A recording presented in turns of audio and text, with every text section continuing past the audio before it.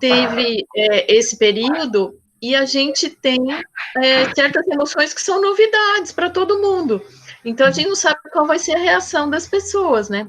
Com certeza. Aqui no Castelo, um dia eu fui na farmácia e compartilharam a pessoa, a atendente da farmácia, falou que naquela manhã, era um dia de semana, não me recordo, um homem numa caminhonete atropelou um cara numa moto, assim, numa briga de trânsito, e o motoqueiro morreu aqui no Castelo. Então, Nossa. é assustador, sabe? E provavelmente isso não vai ficar saindo em mídia, né? O que está acontecendo de fato, assim. Então, realmente é um período. A gente precisa orar muito, porque tem uma engenharia social bem grande por trás disso. Mas, Sério, acima de verdade. todos esses planos malignos, né? Que os homens maus intentam. E compete a nós, como povo de Deus, realmente orar, se posicionar e orar, né, Dé?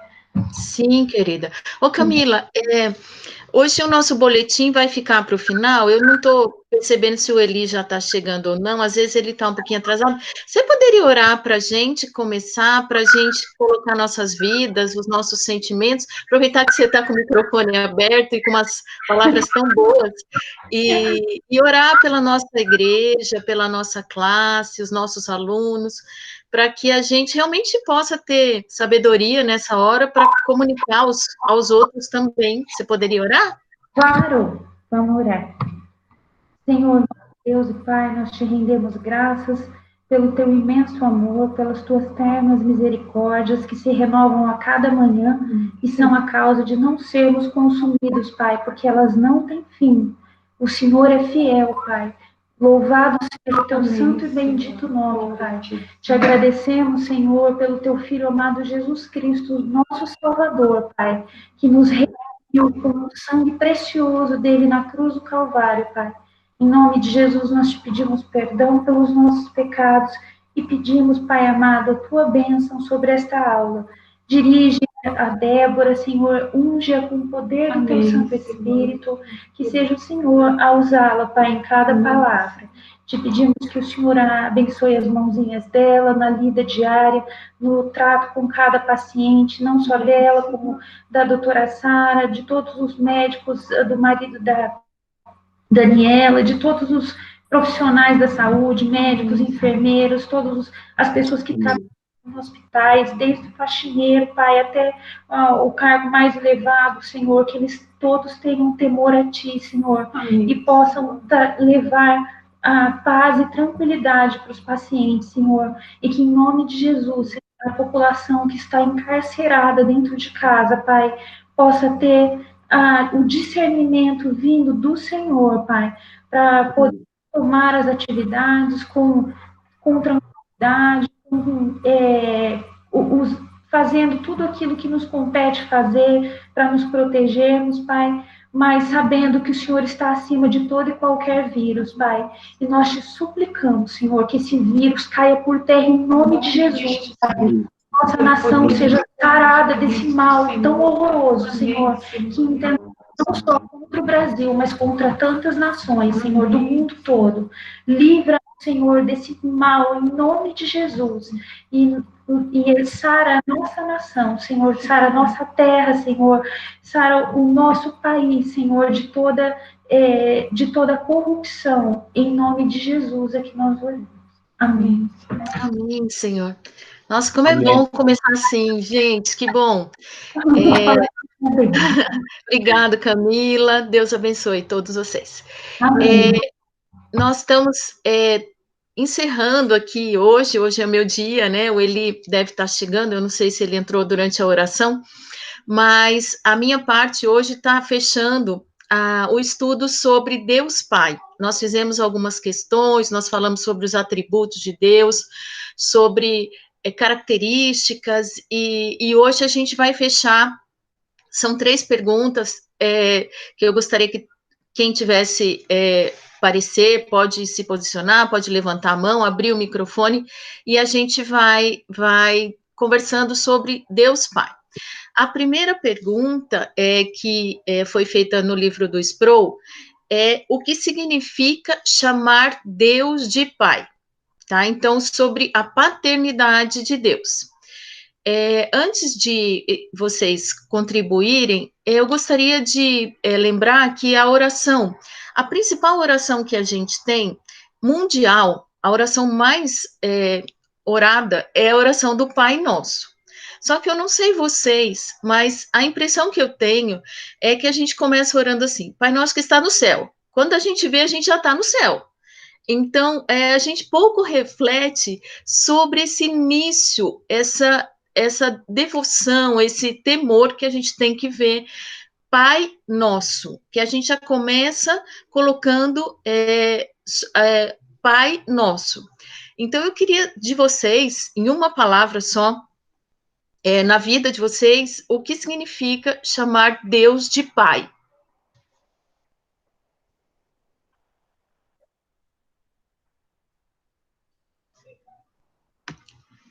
Bom dia a todos. Alô? Oi. Eu diria duas coisas: obediência e submissão. Joia. Mais alguém?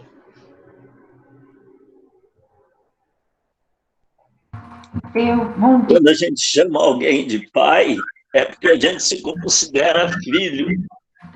Nesse caso, então, nós estamos dizendo, nós somos filhos de Deus. Joia. Para mim, pai, eu me sinto totalmente dependente. Então, é uma dependência contínua. Por isso. Ótimo. Então, nós vimos palavras muito importantes aqui: dependência, obediência, filiação. Então, são palavras muito importantes nessa comunicação entre nós e Deus. A gente vai retomar um pouquinho sobre o Velho Testamento. No Velho Testamento, o nome de Deus não era pronunciado, tá? Então, a gente tem que nunca no Velho Testamento Deus foi chamado de Pai. Deus era chamado de 4 letras: YHWH, que quer dizer Yehoa ou Jeová, tá? Mas o povo de Israel chamava, não podia pronunciar o nome de Deus. Então, eles tratavam a pessoa de Deus por essas 4 letras. E quando os sacerdotes, quando os ministros oravam a Deus, eles tratavam a Deus, o Deus de nossos pais, o Deus de Abraão, o Deus de Isaac e Jacó, o grande eu sou. Então, Deus era tratado como uma pessoa soberana que ele é, mas de uma forma absolutamente reverente. Então, assim, mas a palavra pai no Velho Testamento não é citada, tá? Deus como pai é o primeiro religioso judeu que tratou Deus de pai foi Jesus. E isso já é um sinal que a gente já tem sobre o Novo Testamento. Então, a gente vai ver a figura de Deus Pai sendo colocada para nós a partir do Novo Testamento. E Jesus, ele tinha autoridade vinda de Deus. Oi, Eli, tudo bem? Oi, Débora, desculpa, atrasei aqui. Eu vim para casa do meu sogro e aí não tinha internet aqui, estava sem internet. Não, tranquilo. A autoridade que Jesus tinha, já de tratar Deus como Pai, foi dada pelo próprio Pai, tá? Eu gostaria, quem tivesse a Bíblia perto, que abrisse em Marcos 1:18.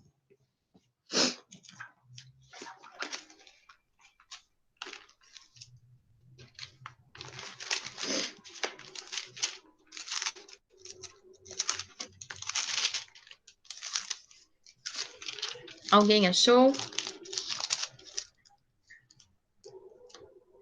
E, deixando logo as suas redes, o seguiram. Não. Não?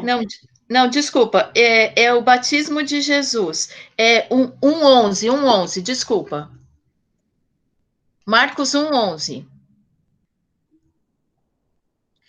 E ouviu-se uma voz.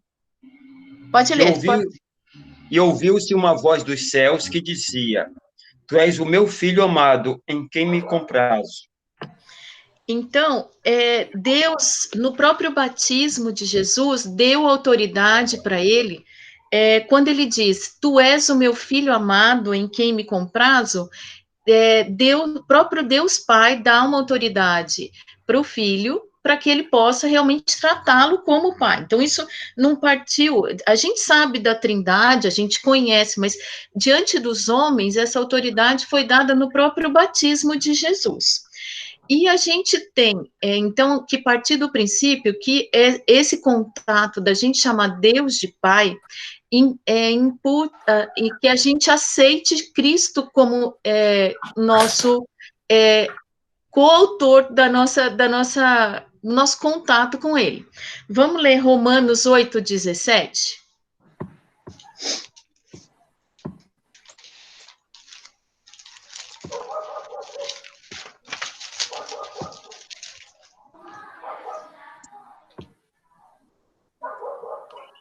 Bora. Tá certo. Pode ler, por favor. E se nós, como somos filhos, somos logo herdeiros também, herdeiros de Deus e co-herdeiros de Cristo. Se é certo que com ele padecemos, para que também com ele sejamos glorificados. Então, aqui, Paulo, ele explica claramente que o acesso a Deus, a paternidade de Deus, ele vem através de Cristo. Então, o que a gente vê aqui? Nós somos filhos, então nós temos o direito de chamar Deus de Pai através de Cristo. Cristo, através do seu sacrifício, único sacrifício, ele cumpriu todo o procedimento que no Velho Testamento era feito pelo sumo sacerdote. Então, o que imputa a gente chamar Deus de Pai? Significa que a gente aceita a Cristo como nosso único mediador entre nós e o Pai, como o acesso ao Pai. Então, vocês concordam que só tem esse processo? Nós somos co-herdeiros com Cristo e por isso nós podemos ter acesso ao Pai e chamá-lo de Pai. E eu queria saber de vocês, da experiência, se aquela frase que diz que todo mundo é filho de Deus, vocês acham que isso é verdadeiro ou falso? Totalmente falso. Por quê, Roberto? Há uma diferença muito grande em ser criatura de Deus e filho de Deus. Há uma distinção muito grande. Quando alguém, desculpa, às vezes eu sou um pouco grosseiro ao falar.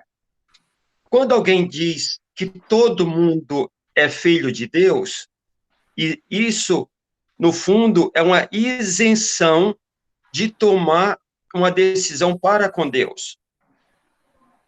Ótimo. Eu acho que essa frase, quando você é filho, ou quando você tem, significa assim, pertencer a uma família, né? Quando você pertence a realmente uma família, você tem os privilégios, todas as benesses de pertencer àquela família, né? Mas você também tem, junto com esses privilégios, você tem também todas as responsabilidades e suas obrigações, né? Para uma família funcionar, é preciso que você também dê a sua contribuição, né? Então, se você quer ser chamado realmente de filho de Deus, né, você não pode simplesmente querer as bênçãos dele ou querer ter os privilégios de ser filho de Deus. É necessário também que você leve junto com as suas responsabilidades, quer dizer, você tem que obedecer àquela família. Então, se você quer ser considerado filho de Deus, você também tem que obedecer a Deus. Esta frase que quer dizer assim, somos todos filhos de Deus, na verdade, a pessoa está querendo usar essa frase somente no momento em que ele quer se usufruir das bênçãos de Deus, usufruir das bondades, de tudo. Mas, assim, olha, se você quer ser realmente considerado filho de Deus, é bom que você arque também com as suas responsabilidades. você precisa obedecer, senão você não é pertencente. É uma visita que está ali só. E quando na nossa casa, né? A gente não põe uma visita para lavar louça, né? Aí, então, você está visitando aqui, meu amigo, mas filho, você tem que arcar com todas as suas, com a obediência, com as responsabilidades, com as obrigações. Perfeito. É isso que eu ia tratar. Pode? É o seguinte, a vantagem de ser velhinho é que a gente recorda de muita coisa. Eu ouvi uma frase há uns 40 anos atrás que eu nunca esqueci. Porque tem gente que vai na igreja e já diz que é crente, só porque foi na igreja. E a frase que eu ouvi é: eu entrei no estábulo e quando saí, não tinha me transformado num cavalo. É verdade. É verdade. Não é porque entrou na igreja, assistiu um culto e às vezes chorou, gritou, que agora é filho de Deus. É isso. Isso. Perfeito. Eu acho que a primeira parte realmente que o Sproul trata é que o acesso ao Pai, o chamar Deus de Pai, ele revela que você aceita o sacrifício único de Cristo na cruz. Então, já imputa que você aceita Cristo como seu mediador, porque nós somos co-herdeiros com Cristo. A Bíblia é muito clara quando ela diz que ninguém tem acesso ao Pai senão por Cristo. Então, assim, você já revela que você aceita o sacrifício de Cristo. E a segunda parte da resposta do Sproul é o que o Eli falou, que muitas vezes nós sabemos e nós gostamos das bênçãos, mas que a paternidade de Deus, chamar Deus de Pai, ela deve nos trazer uma obrigação, deve nos trazer um conceito de bom testemunho.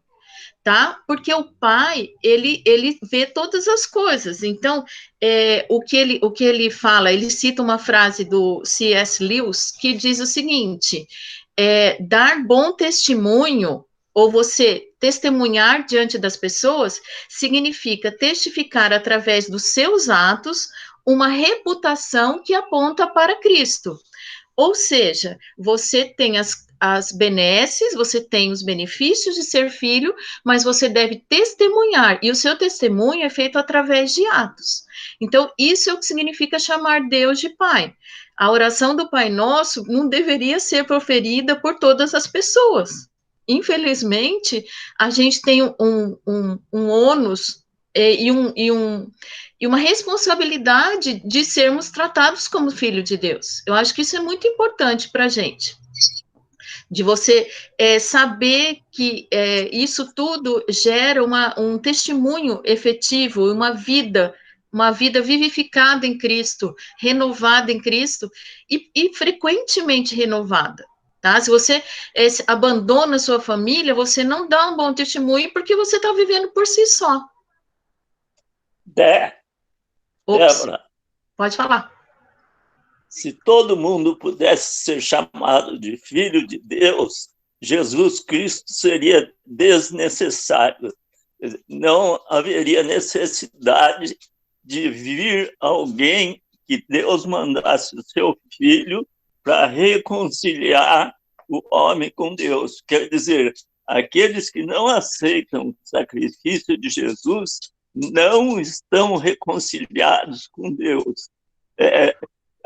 Além disso, o relacionamento de pais e filhos é uma coisa muito importante, é um negócio assim que não é só para fazer de vez em quando. A gente sente muito a ausência dos nossos filhos. E então, a gente gostaria fisicamente de estar sempre juntos. Infelizmente, algumas vezes isso não é possível, mas nem por isso nós deixamos de considerá-los como filho e ele como nosso pai. Muito bom. Eu acho que uma coisa que eu não sei se já aconteceu isso, de algum filho poder dar aula para pai e mãe ao mesmo tempo. Isso é um privilégio enorme que eu estou tendo. Eu acho que muitas vezes na aula de uma faculdade, um filho já pode ter dado aula para o pai ou para a mãe, ou vice-versa, um pai ter dado aula para o filho, mas a gente ter essa aula em família, ela é mais um reforço que a gente precisa testificar. Não adianta eu falar da boca para fora e viver uma vida incongruente, viver uma vida dissonante daquilo que eu prego. Tá? Então, viver em família tem a parte excelente, que a gente tem os benefícios de ser filho de Deus, a gente tem o conforto, mas a gente tem que dar um bom testemunho. Todos os nossos atos devem apontar para Cristo, que é o nosso irmão mais velho. Bom, alguém quer mais falar mais alguma coisa ou a gente parte para a próxima? Você está sendo aprovada até hoje, filha, tá? Aí, mamãe não me faz chorar em público aqui. Vamos continuar, olha, porque tem mais duas turminhas aqui. Você foi bem educada. Não, gente, ó, desculpa. É que eu fiquei muito feliz de saber que a gente tem essa oportunidade via internet de falar em família. Vocês da classe também são minha família, entendeu? Mas a gente tem uma família física e a gente, quando eu estudei sobre Deus Pai, eu lembrei, por exemplo, como eu não gostaria de envergonhar o meu pai físico. Por exemplo, se o meu pai físico soubesse de alguma atitude que eu tomei, um roubo, sei lá, uma coisa que eventualmente eu fizesse. Às vezes ele não fica sabendo, uma mentira, ele não fica sabendo, mas mesmo assim eu não gostaria de envergonhar o meu pai. E Deus tudo vê. Então a gente, como filho de Deus, a gente tem que saber que as nossas atitudes são vistas em todo o tempo por Deus. Então, que a gente não deve envergonhar, que como filhos de Deus, a gente não deveria ter esse sentimento de não querer envergonhar Deus, né? Que tudo vem em todo o tempo, tá? A próxima pergunta, ela é como uma continuação dessa, mas ela tem um link em relação a essa primeira pergunta de Deus Pai. Ela diz o seguinte: por que, sendo filhos de Deus, nós devemos temer a Deus? Então, nós vamos falar sobre o temor a Deus. Quer dizer, parece a pessoa que fez, eu não sei se ela é crente ou não, mas ela sentiu uma incongruência nisso. Ela sentia que, se nós somos filhos, por que a gente tem que temer a Deus? Vocês querem já dar alguma opiniãozinha ou eu faço a abertura sobre o temor a Deus? Tentarei ser breve. Me parece que a resposta tem um link com algo que você e o Eli, em que vocês dois falaram em aulas passadas. Esse temer, a gente tem que ver a tradução da palavra. Certo. Porque eu não entendo temer como ter medo, mas sim como respeito, reverência. Perfeito, perfeito. Eu vou começar falando sobre o que o Sproul colocou sobre o temor a Deus. Ele dividiu o temor a Deus a partir de uma análise de Lutero, que ele diz o seguinte: o temor a Deus é dividido em dois grupos, o temor servil e o temor filial. O temor servil é o medo que sofre o prisioneiro na tortura pelo seu torturador, ou seja, é baseado no medo. Esse é o temor servil. E o temor filial vem do conceito de família, que é o que a gente viu na primeira parte. Refere-se ao temor do filho pelo pai, ou seja, um tremendo respeito. Então, mesmo em relação ao temor a Deus, existem dois tipos de temores. Aqueles que já são filhos, eles temem a Deus, mas é o temor filial. E os que não são filhos, as pessoas do mundo, elas temem o Deus vingador. A gente falou no começo, nas primeiras aulas, que algumas pessoas veem Deus como aquele com um chicotão lá em cima e só dizendo não, só apontando os erros, só apontando os defeitos. Mas nós que temos a Cristo como nosso Salvador e que já temos acesso ao Pai, nós devemos temer a Deus como temor filial, no sentido de não querer ofender, como a gente viu na primeira parte. Eu queria, se alguém tivesse a Bíblia, lesse Provérbios 9:10.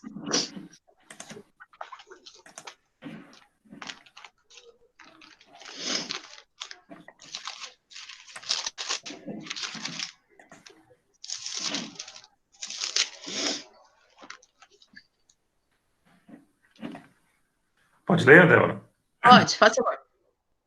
O temor do Senhor é o princípio da sabedoria, e o conhecimento do santo, a prudência. Então, aqui já dá uma dica para a gente, o que nós cristãos, nós tememos a Deus, porque nós sabemos que isso vem por ser uma sabedoria, nós tememos a Deus porque é bom para nós, tá? E o conhecimento do santo é prudência. Mas como que nós manifestamos esse temor a Deus? Como que nós agradamos a esse Deus em temor? Então, quem pudesse abrir no Salmo 34, 11 a 14. Salmo 34.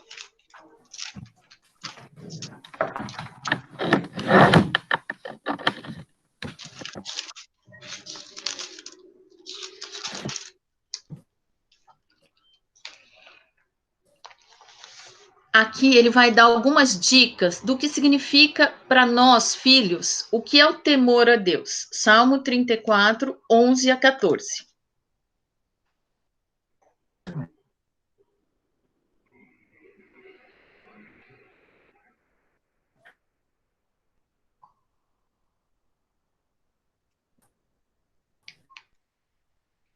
Alguém achou? Mamãe, seu microfone está desligado. Vinde, filhos, e escutai-me. Eu vos ensinarei o temor do Senhor. Quem é o homem que ama a vida e quer longevidade para ver o bem? Refreia a língua do mal e os lábios de falarem dolosamente. Aparta-te do mal e pratica o que é bom. Procura a paz e empenha-te por alcançá-la. Então, aqui no versículo 11, ele fala: Vinde, filhos, eu vou ensinar a vocês o temor do Senhor. Então, aqui ele dá algumas orientações práticas de como nós devemos nos comportar, como que devemos agir, entendeu? Em relação ao nosso testemunho mesmo. Primeiro, refreia a tua língua. Isso é uma coisa que é muito difícil, mas a gente tem que ter essa moderação. Eu acho que vale a pena, como filhos de Deus e tementes a Ele, a gente tem que ter cuidado no falar. A gente está observando grandes variações em humor, grandes conflitos, e muitas vezes a gente se choca pelas palavras que os outros falam. A gente viu aquela reunião do presidente, por mais fechada que fosse aquela reunião, por mais sigilosa, aquilo ali foi um fluxo de palavrões e hoje eu fico pensando, a boca fala do que o coração está cheio. Ele privilegia tantos evangélicos, ele fala tanto em comportamento, que ele vai dar valor para a família, mas eu não gostaria que o meu filho tivesse escutado aquela reunião. Então, assim, o frear a língua é um sinal de temor ao Senhor. Eu não sei da conduta dele, se ele é cristão, se ele é filho de Deus, eu não vou julgar a conduta do presidente, mas aquilo particularmente mostrou o que ele é por dentro. Então, a língua, a conduta nossa, mostra o que flui da gente. Então, refrear a língua é um sinal de temor a Deus, tá? Outra coisa que ele fala, aparta-te do mal. Isso a gente já discutiu numa aula com Eli, que muitas vezes a gente tem situações que são de risco para nós. A gente sabe que situações nos levam ao pecado. Então, a gente tem, em temor a Deus, a gente tem que evitar a aparência do mal, evitar condutas que nos façam tropeçar, porque, assim, devemos nos manter longe dele, desse risco do pecado, enquanto é tempo. Porque depois que a gente cai, aí a gente fica chateado, fica triste, tá? Então, apartar do mal, refrear a língua e, por último, procurar a paz. Procurar a paz é o que a gente mais gostaria no mundo de hoje, né? E esses 3 fatores são coisas que o salmista fala para a gente, que são fatores de temor a Deus. A gente vê muitas vezes na igreja ou no nosso dia a dia pessoas que querem causar confusão. Então, assim, eu não sei da experiência de vocês, mas eu conheço pessoas que adoram levantar polêmica e adoram levantar uma confusão. E aqui ele fala isso, procura paz, entendeu? Procura acalmar o ambiente onde você está e não turbulência. Alguém quer falar alguma coisa? Que eu acho que eu estou falando muito. Não, excelente tua colocação. Inclusive sobre essa postura do presidente também.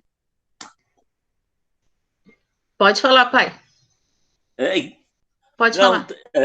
Eu queria retornar um pouquinho ao versículo lá do Provérbios, que o temor do Senhor é o princípio da sabedoria, porque além da importância da palavra temor, que nós discutimos até agora, e está muito claro, tem também a palavra sabedoria, porque muitas pessoas confundem sabedoria com conhecimento, com cultura, com capacidade intelectual.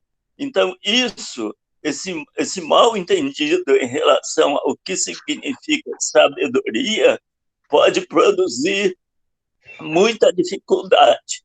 Eu mesmo já tive dificuldade com essa palavra, quando eu publiquei em alguma coisa na Unicamp dizendo que o temor do Senhor é o princípio da sabedoria.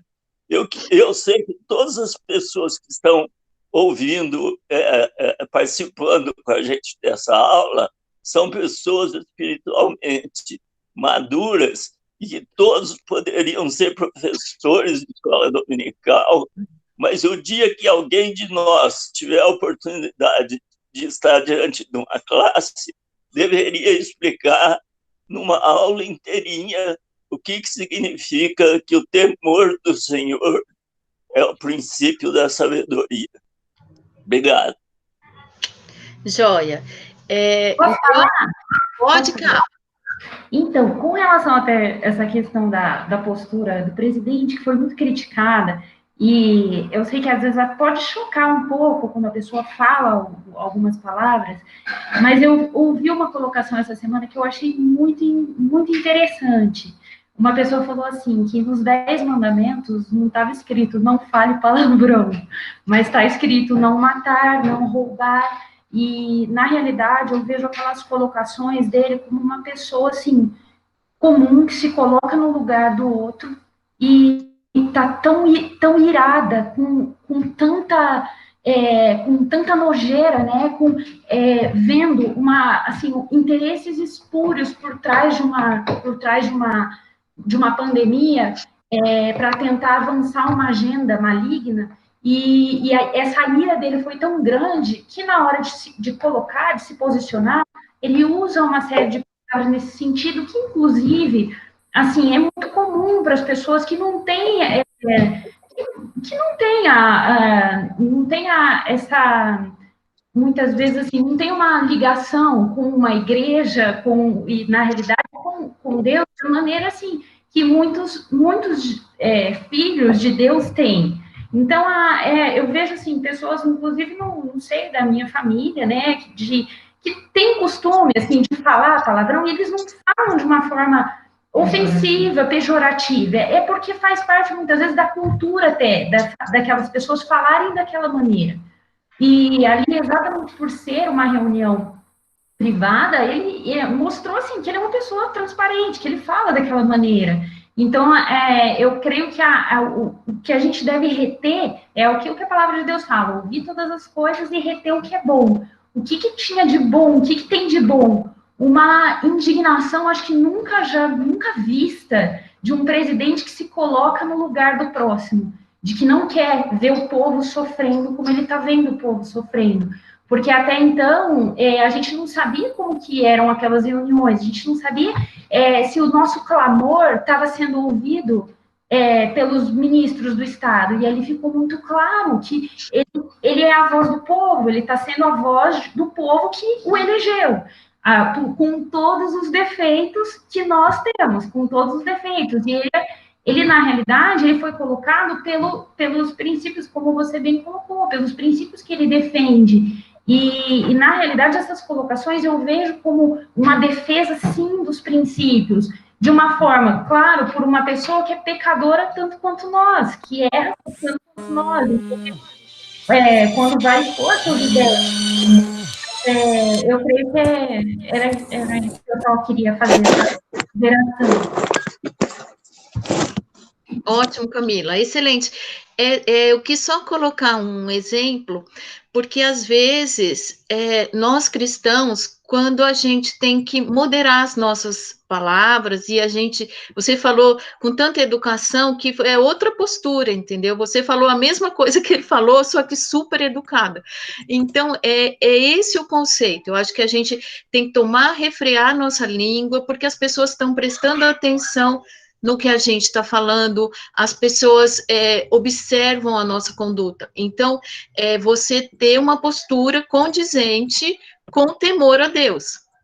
E para fechar essa parte do temor a Deus, eu gostaria só de levantar alguma coisa sobre o cristianismo atual. As igrejas cristãs atuais, se elas estão realmente preocupadas ou se elas têm essa reverência, esse temor que a gente precisa ter em relação a Deus. O cristianismo moderno, muitas vezes ele se volta para o líder daquela comunidade. Então, muitas vezes, a referência não é a palavra de Deus, muitas vezes é o líder que é a autoridade máxima naquele caso.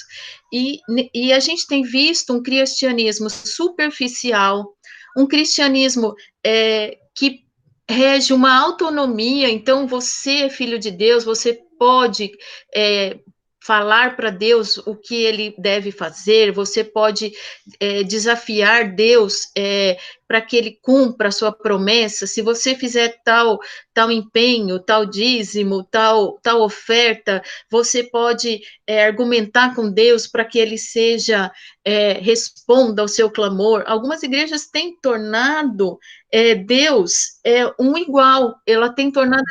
Oi? O teu microfone abaixou muito. Baixou muito? Quase não dá para ouvir. Lá mais de perto. Peraí, vou aumentar um pouquinho. Eu estava falando, então, sobre a relação dessas igrejas novas com... Abaixou para todo mundo? Sim. Para mim, não. Para mim, tá normal. Peraí. Eu estava falando sobre a relação dessas igrejas novas, sobre a postura desse cristianismo mais moderno, que ele é muito mais superficial, ele chega a ter um relacionamento casual com Deus, paizinho, ele tem uma intimidade que muitas vezes se confunde com uma proximidade que Deus muitas vezes não aceita. Chega até determinar que Deus cumpra certas coisas, que Deus tenha uma autoridade. A pessoa cria uma autoridade diante de Deus e perde esse temor a Deus.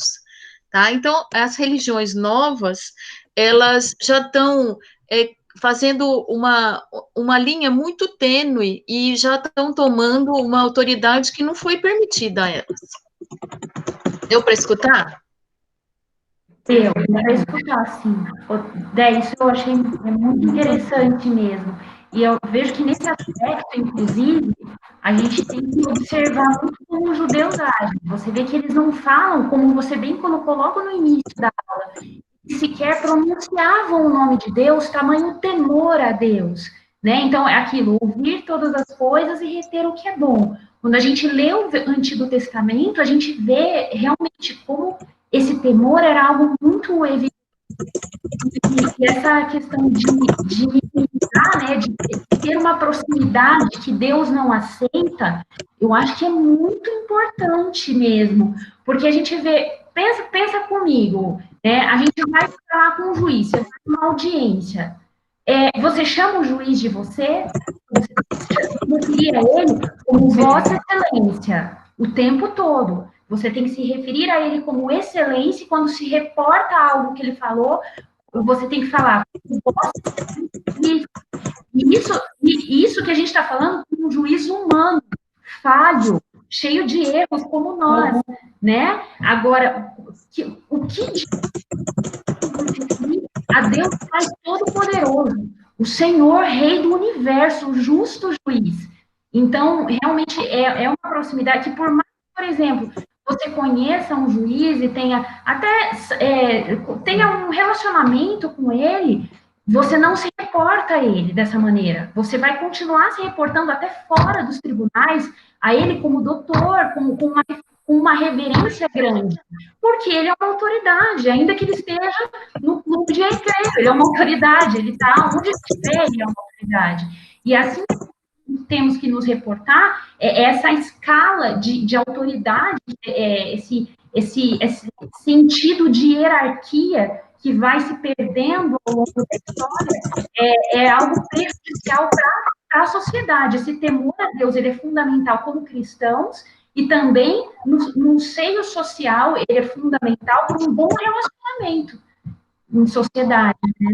Mas, principalmente no meio, quando a gente fala em Deus Todo-Poderoso, independente de ser um cristão...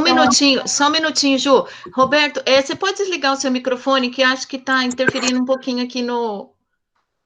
Isso, obrigado. Pode falar, Ju, desculpa. É isso, no sentido de que, realmente, a reverência a Deus, né, o temor a Deus, ele existe para todos, inclusive os que são só criatura. Agora, com relação aos filhos, essa filiação, como está sendo colocado, inclusive, ela deve trazer esse temor reverencial e com o sentido de que essa proximidade, tem uma proximidade que realmente que Deus não aceita, porque ele é o Todo-Poderoso, o grande El Shaddai, né? Então, a ele todo louvor, honra, glória e adoração, né? Joia. Ju, você queria falar alguma coisa?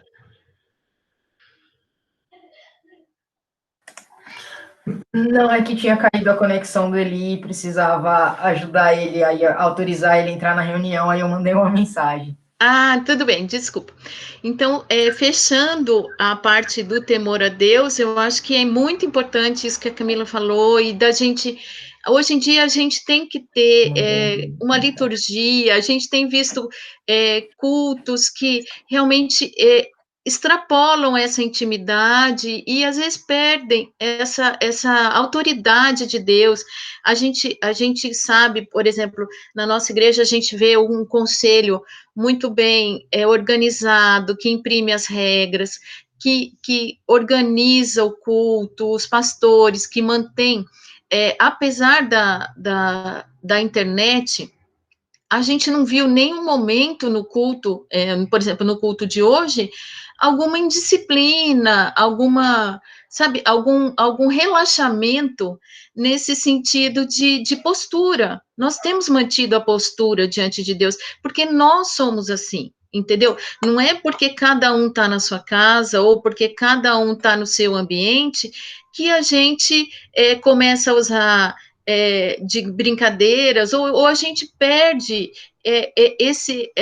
esse conteúdo da palavra de Deus, tanto no culto, quanto aqui na escola bíblica, quanto com os nossos filhos, no nosso testemunho. Se a gente não tiver uma uniformidade na nossa conduta, isso perde a razão, isso perde o sentido. Eu acho que isso da gente temer a Deus é um contínuo. Se nós somos filhos e nós tememos a Deus por amor, então, que é o princípio da sabedoria, e depois eu vou fechar essa parte, a gente tem que levar isso num contínuo, a gente não pode temer a Deus só o período que a gente está fisicamente lá com os irmãos, nós estamos fisicamente com o grupo da igreja, então nós somos uma pessoa, eu já falo com você, Roberto.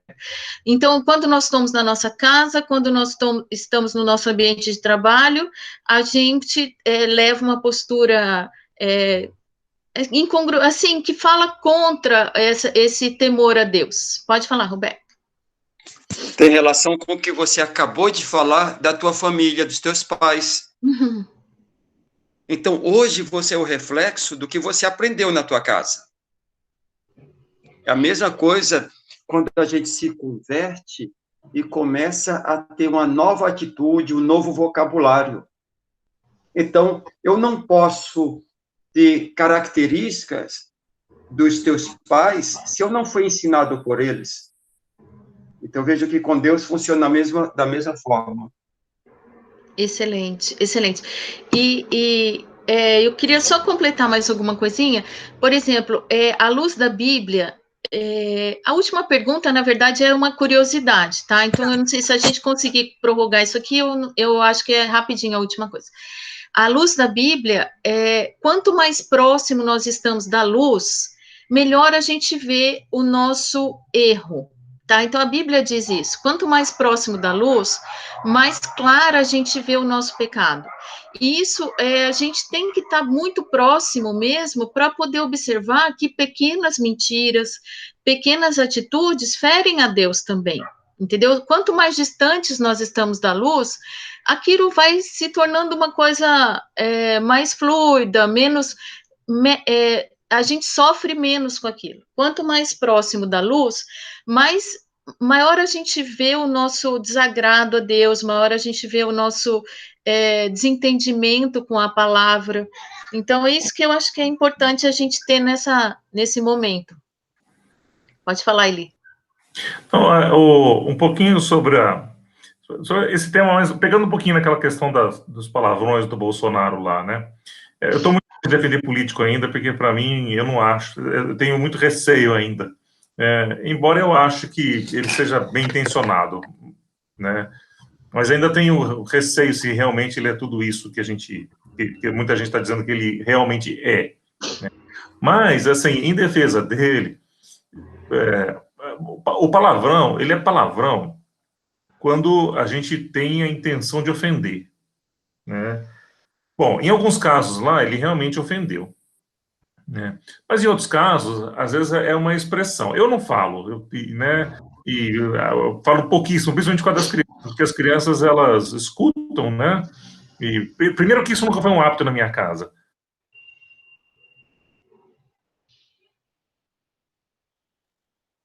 Acho que caiu.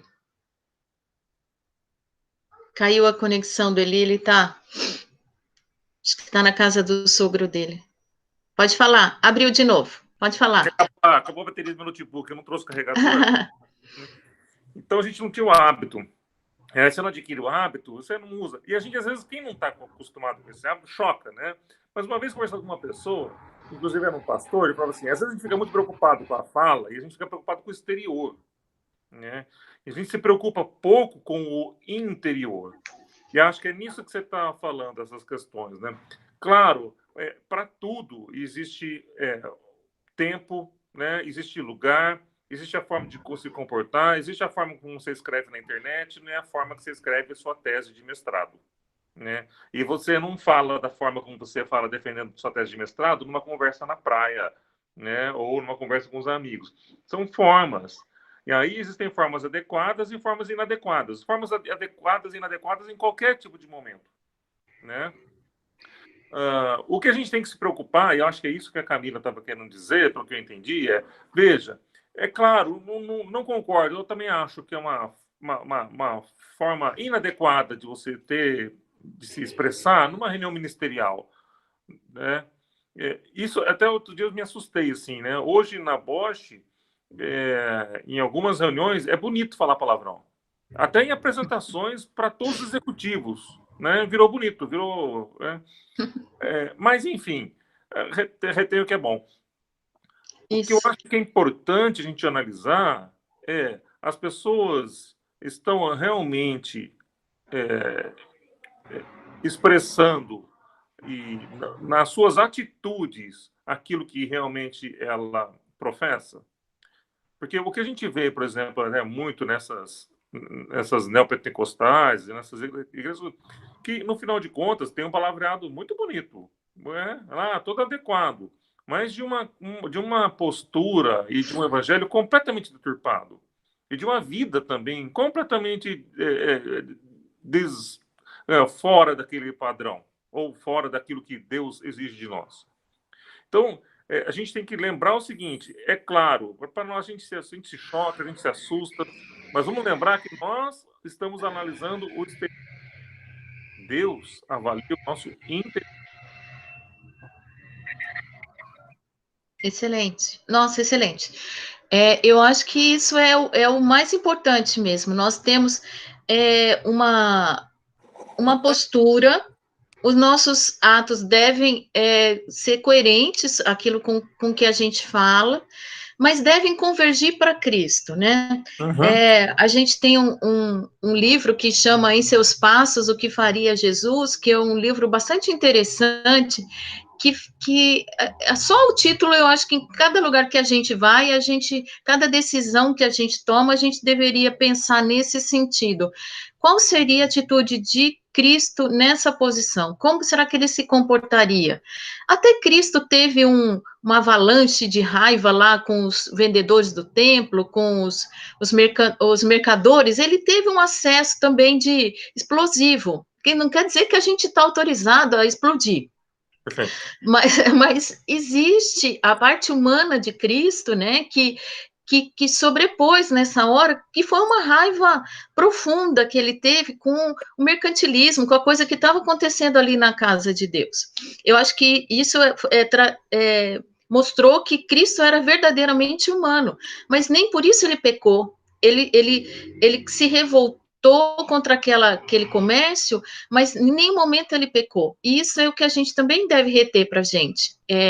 Que a gente pode ter nossos momentos, nós somos humanos, nós temos um momento de fraqueza, de choro, de indignação, de tristeza com alguma situação familiar ou a própria situação mesmo, mas que a gente modere aquilo e vai, e muitas vezes a gente pedindo desculpa. A gente vê muito isso em criança, entendeu? Cristo fala que as crianças são os nossos exemplos. Eles brigam, fala, esperneia. Daqui 5 minutos ele vai, abraça a sua perna, fala, mamãe, desculpa, eu falei muito. Ah, mamãe, faz um Toddy para mim. Ah, na hora a gente esquece a história e a gente, como Deus também, muitas vezes, se o nosso pedido foi sincero, Deus vai ver aquilo. O que a gente está falando em refreia a língua, procura temer a Deus, é que as pessoas estão observando a nossa conduta. Eu acho que é isso que a gente tem que levar dessa aula. A gente tem que ser coerente com a conduta. Alguém gostaria de falar mais alguma coisa? Ou a gente já vai encerrando por aqui e fica uma pergunta extra depois para outro dia. Está fechado, Roberto, seu microfone. Está fechado. Eu quero só pedir desculpas pelo barulho que eu fiz, é que eu aproveitei uns segundos para procurar o livro do Sproul. Depois me digam o nome dele, que eu não consegui achar na internet. Ah, tá bom. Chama Now That's a Question. That's a good question. That's a good question, isso. Essa é uma boa pergunta. Só tem em inglês. Essa é uma boa pergunta, isso. Só que começa com now, só tem em inglês. Mas é um livro excelente. O papai quer falar alguma coisa. Todo o meu conhecimento de inglês se resume a uma única frase. Bonjour, monsieur.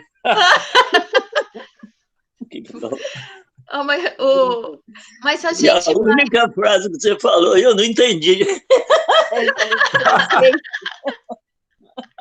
Não, mas, Roberto, depois... A gente tem... o papai acho que tinha uma tradução dele num período aí, a gente pode procurar alguma tradução em português, mas é uma boa forma da gente treinar o nosso inglês também, a gente estudando uma coisa que é interessante, e às vezes o meu inglês, pelo menos, também não é tão apurado assim, mas eu tenho procurado dicionário, procurado me aprofundar na Bíblia, para estudar inglês através de um livro bem bacana. Vale a pena. E eu prometo, posso falar a última coisa antes de sair? Sim, pode falar. Eu gostaria que vocês encerrassem essa aula lembrando do seguinte: vocês não fazem ideia do carinho que eu tenho por vocês todos. Que bom. Igualmente. Obrigada, Roberto. E escola dominical tem um valor ímpar, vocês estão de parabéns. Obrigada, Roberto. Deus abençoe. É muito importante para a gente, nesses momentos de distanciamento, eu sou uma chorona mor, né? Que a gente tenha um retorno, que a gente se sinta perto, porque o coral já não está cantando, o culto já não está por aí.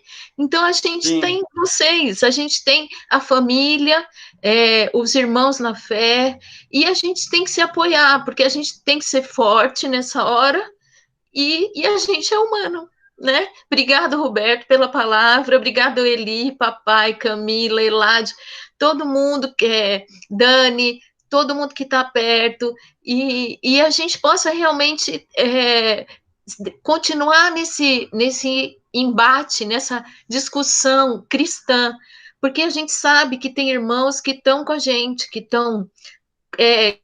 participam da mesma fé, tá bom? Bom almoço para todo mundo. Deus abençoe. Até semana que vem. Obrigado, gente. Tchau, Leandro. Tchau. Tchau. Tchau.